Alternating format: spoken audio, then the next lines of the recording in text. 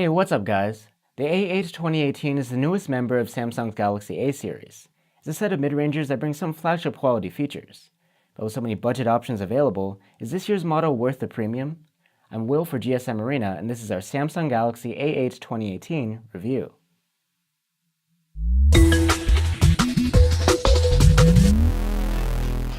Our black Samsung Galaxy A8 2018 is the successor to 2017's Galaxy A5.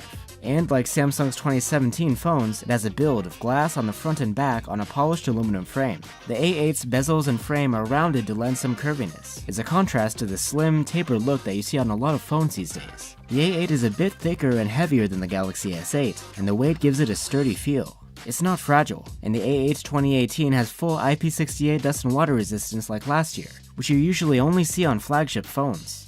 On the back, Samsung has finally found a perfect spot for its rear-mounted fingerprint reader, directly below the camera. The reader is decently fast and much easier to reach than on the S8. The internal memory comes at either 32 or 64 gigs, and is expandable through microSD. There's a USB Type-C port at the bottom, as well as a 3.5mm jack for headphones.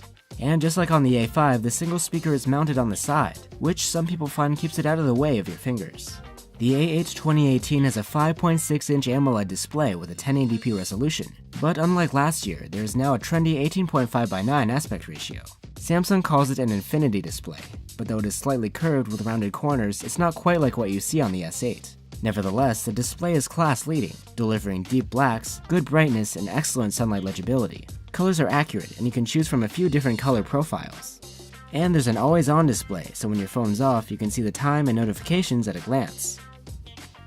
Inside this phone is an octa-core Exynos 7885 chipset with 4 gigs of RAM. In benchmarks, the A8 performs well compared to its mid-range competition, though it is still no match for its flagship cousins. In everyday use though, everything feels smooth, and we didn't notice any lag.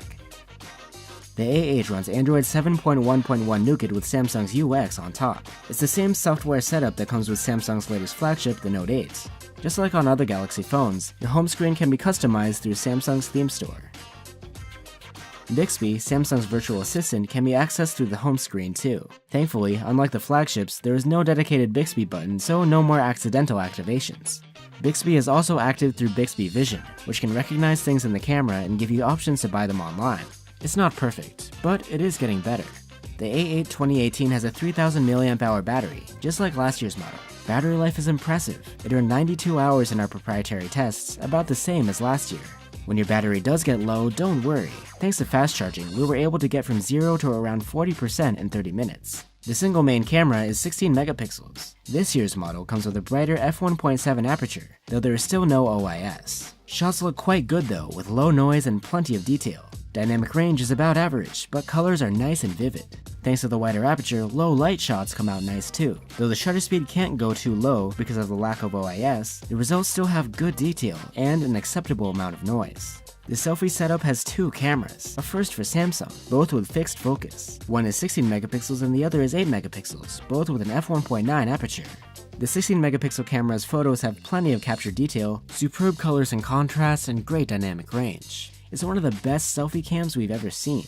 You can switch to the 8 megapixel camera on the fly, and with this wider angle lens, it's recommended for group shots. It's not a whole lot wider though. The 2 cameras can work together to produce a photo with a defocused background. Portrait shots look good, with a gradual blur and separation. You can adjust the amount of blur later too. Video recording is in 1080p, and it looks good. Detail is decent, with low noise and nice looking colors. At the end of the day, the A8 2018 is an excellent phone. It's not a flagship, but with its AMOLED screen, great battery, and impressive camera, it delivers a lot of what people are looking for in a smartphone. The trouble is, at 500 euros, it's not exactly a budget phone.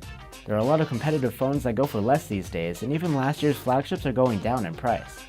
Hopefully, we see the same happen with the A8 pretty soon. Thanks for watching. Don't forget to like and subscribe if you enjoyed this video, and you can always stop by gsmarena.com for our full test findings. See ya!